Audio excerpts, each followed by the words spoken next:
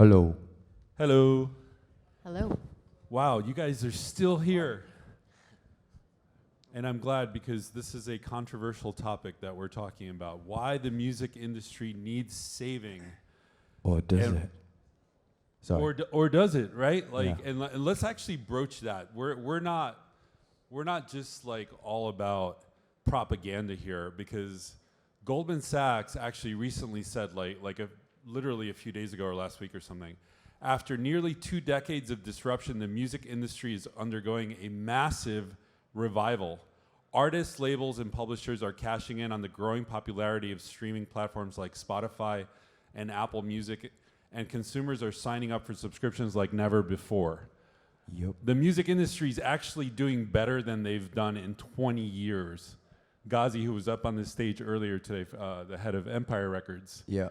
I told him about my panel topic and he laughed. He was like, music industry doesn't need saving, get the fuck out of here. Yeah. I sort of felt a similar thing though as well. Right? I guess. Well, like. So who needs saving? Like, let's discuss as a panel here. I would say artists need saving over the actual industry. Is that right? Yeah? All right, sick. Yeah, round of applause. Yeah, big up. Yeah, welcome to NFT.NYC, everybody. We're all here. This is the first time we've all met in person, actually, I believe, isn't it? That's true. And we got an interesting talk title about how the NFT, or how the music world needs saving through NFTs, which is quite a tricky question to answer. Why don't you tell us who you are first, and we'll do Musicians with music. Yeah, musicians need to be saved because the creators aren't getting Oh, I like that. There's this tension. cool. There's this tension between doing what you love and wanting to be able to make money for it, and being a musician, because those two things don't go together very easily, do they? Real quick, before we get any further, let's just all introduce ourselves. Like, just keep it under a minute so we don't run out of time. My name's Obie Fernandez. I'm the CEO and founder of Record Shop. Record Shop is one of the largest NFT music platforms that's around right now. We launched in August. We're a top 10 project on Flow blockchain. Over $3 million in sales, 80,000 users. We've helped a lot of artists that were struggling through pandemic. Like, literally, one of the things that made me start the platform was that I found out that one of my favorite artists has started selling synths from his studio in order to pay bills, and I was like, wow, this is really screwed up. Like, someone needs to do something about this. I'm also a producer myself. I have a small label, and I put out music, like we all do. But I'll let you all introduce yourselves as well. Maybe Violetta. I don't mind. Go on. You go. Hello, everybody. Thank you guys for having me as a speaker. My name is Violetta Zironi. I'm an Italian singer-songwriter. Been making music a long time, 9 years professionally.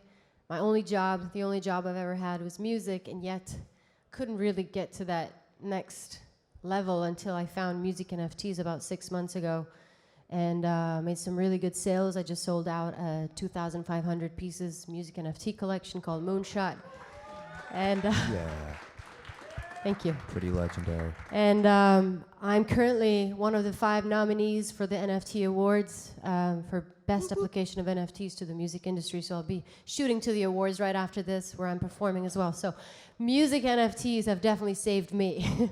And I did need a little bit of saving, if I'm honest. But yeah, that's me. Thank you. She didn't need saving. She's dope. She's so sick. Wait. Am I going now? Go ahead. All right, cool. Oh, yo, hi. I'm Joe. So I've not really done a panels talk before, so this is pretty interesting. But my name's Joe. Brief introduction, I guess. I love music and NFTs. I'm a singer-songwriter. I've been writing songs obsessively for like 10 years. And the reason why I'm here today is because on the 8th of May, over a year ago now, I got an NFT. I played a live performance on the radio and minted it before it went live. That was like the first time that ever happened, which is really cool and weird. And now I'm making a collectible musical trading card game. And that's what these are. These are called Heartistry cards. and this one's got a little beat, and it goes like a boom boom boom boom boom boom boom boom. And I like trying to make musical po-ups, and that's what we do, because I think that NFTs are awesome. So cheers. Nice one. Hi, everybody. My name's Josh Savage. I'm a British indie singer-songwriter based in Berlin. And I've been in music all my life. I sang from a baby, did piano from the age of 4, ended up touring the world as a choir boy. I was in the classical music world. Then as a singer-songwriter, I toured the world, mostly in living rooms in the beginning. I was very active in the So Far Sounds community. I've played up to 100 shows with So Far Sounds. Love those people. And I had a really good momentum thing going on. I just got off a tour with Codeline, and I was about to drop my debut album. I was like, 2020 is going to be my year. Of course, released my debut album March 2020 of all months, and everything was turned upside down. And then it's quite funny being here as a panelist, because 6 months ago I didn't really know what NFTs were. I really wanted to learn what it was, but didn't know where to hang out. And Violetta here, who's also a Berliner, lives down the road from me. She was introduced to NFTs by a mother, and she discovered, oh, everyone's hanging out on Twitter. So that's what I did for the last few months with Violetta, and it's incredible to be here. So hi everyone, and excited to share what we know and what we've learned this year. The concept of saving is an interesting one to talk about. Like, in some respects, as artists, we cultivate our fan followings, and saving almost implies that there's like a victimhood going on. That someone's making us victims of not being able to make a living.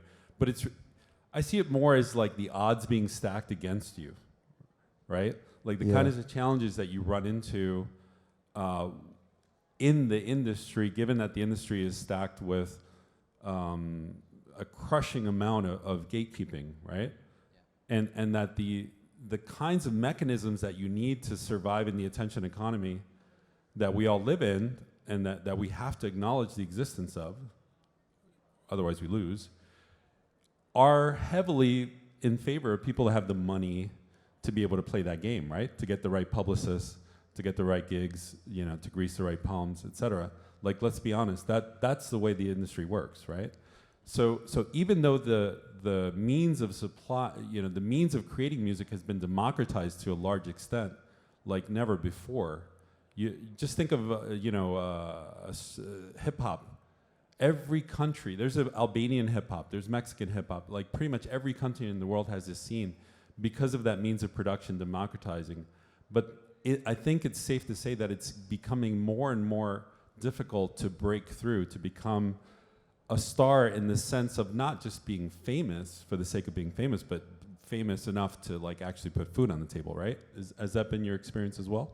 Absolutely, yeah, for sure. Like I said, I've been making music for so long. I have a lot of experience in all kinds of entertainment industry, movies. I've been acting as well a little bit, and just I'm someone who focuses a lot on the music rather than the content creation or the social media or whatever, although I have been on Twitter a lot the last few months.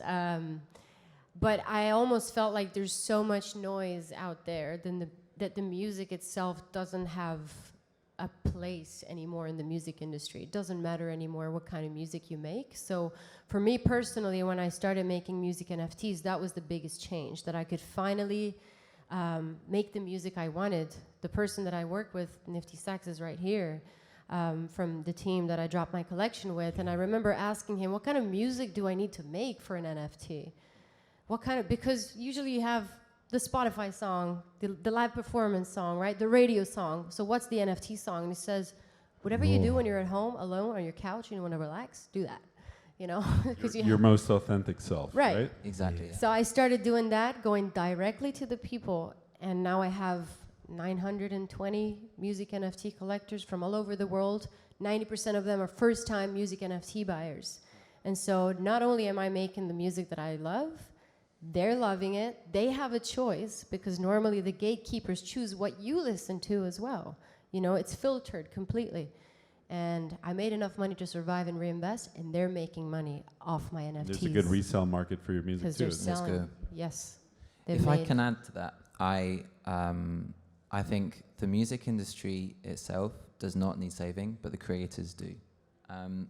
As an artist, it's incredibly difficult to make a living from your work right now, and especially songwriters. And I think what NFTs will do is actually bring a bit more balance to what's going on right now. I think the music industry would definitely survive regardless, but I think the NFTs allows artists to make 1,000 true fans, which is, the theory is that's all you need to make a living from your music right now.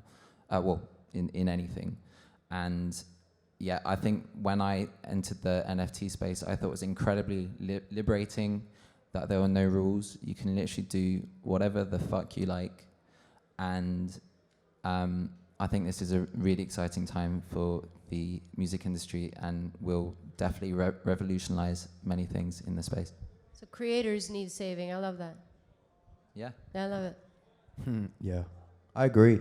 Like, I think it's really exciting for writers as well. If you're a writer, have we got any writers here? Who writers? Yeah, big ups. Yeah, I see you. Yeah, because if you're a writer, right, the cool thing is you can write a song, right, and a song is a song. So you could write a song and you can record it as a voice note. And the great thing about NFTs is you can be authentic in them. Like, so with Spotify and stuff, there's been this value thing that's been created where it's like a never-ending tap. And like this tap is there to get onto playlists, to get onto this, get onto that. But like what Violetta's discovered, what I've discovered, what loads of people discover is that maybe it's actually okay. Like, what if the thing that you're okay with listening to, that maybe you would have thought, oh, I'll never release that. What if there's one person in the world that would be like, would want to hear it? So there's also like an element of like, quite liberating in terms of like being able to sort of forgive yourself for the mistakes and the errors that you might judge yourself about and be like, oh no, this could never see the thing, it's not good enough, it's not this, it's not that. And what about just letting go and going, well, what's the worst that could happen? Because the worst thing that can happen is no one gets it. And the best thing that can happen is someone does get it. And they maybe make money on the secondary. Or even cooler, maybe you can just give it away for free. Because if someone actually wants it, they can get it for free. They can trade it on the secondary market or sell it to someone else. Then you can make money on the royalty if you really want. And like, what is the reason that you make music? Like, why is the reason that anyone creates? NFTs are something that really liberate creatives to really be able to explore and enhance their creativity. I want to riff, no boundaries there. Joe, if you let me riff on that theme. Yeah. Having run Record Shop now for, since August of last year, and seeing some of the feedback that's coming back, it's interesting how, or rather, one of the most unexpected things and reasons that I think is kind of fundamental to everything that we're talking about here, and maybe hasn't been mentioned enough from this stage, is that the ownership of music is actually part of what is saving us. Yeah. And not just because there's an exchange of money, but rather because for those of you in the room that are old enough to remember buying CDs and like actually spending disposable income on music, there's a completely different dynamic at play. There's a different set of emotions that actually goes into effect when you invest money in music. You listen to it more, you enjoy it more. And I'm not making this up. This is literally feedback that we've gotten from users on our platform, in some cases expressing wonder, right? So like Record Shop is kind of a Web 2.5 play. I don't mind admitting that. Like, we sell in fiat and we target a mainstream audience. We're basically trying to bring music fans into Web 3. And a lot of them are unfamiliar with a lot of the concepts around NFT and ownership and stuff like that. So when they open up a Record Shop pack and they start listening to the music, they'll tell us stuff like, this was like Christmas 20 years ago when I would open a CD that I got, right? Or another one of our users said, this was like going to the record store and having to decide which record I would spend my allowance money on, right? Like once you have to make that sacrifice, it's actually, I think what we're saving in some regards is music fandom itself. Yes. Because in some ways, it's too easy, right? It's too easy to get music now. Yeah. That's a You great can point. get it for accessible. free on YouTube. It's too accessible. Anything that is so accessible is not valued, Yeah, it's Yeah. not special right? anymore, It's not just simply a matter of scarcity. It's just that it's too easy to get. Like, I'm 47 years old. I don't mind dating myself. 30 years ago, when I was like hardcore buying records and stuff like that, it represented most of my disposable income. I had to think about what I was going to get, like really, really hard. I wouldn't just get anything, right? Like if I went here to Satellite Records, I'd have to decide between 10 domestic records, you know, with the $50 I brought, or 2 imports, you know? And then it was a question of, literally a question of quality or quantity. Yeah, yeah. You know what I mean? And that's something that's completely foreign to kids today, right? Yeah. I've had collectors say the music sounds better when they own it. And I think you're right that there's a lot more value that's brought back to music, which has been taken for granted because it's been so accessible. I think it does sound better. Yeah, yeah. Well, There's a psychological phenomenon at play, right?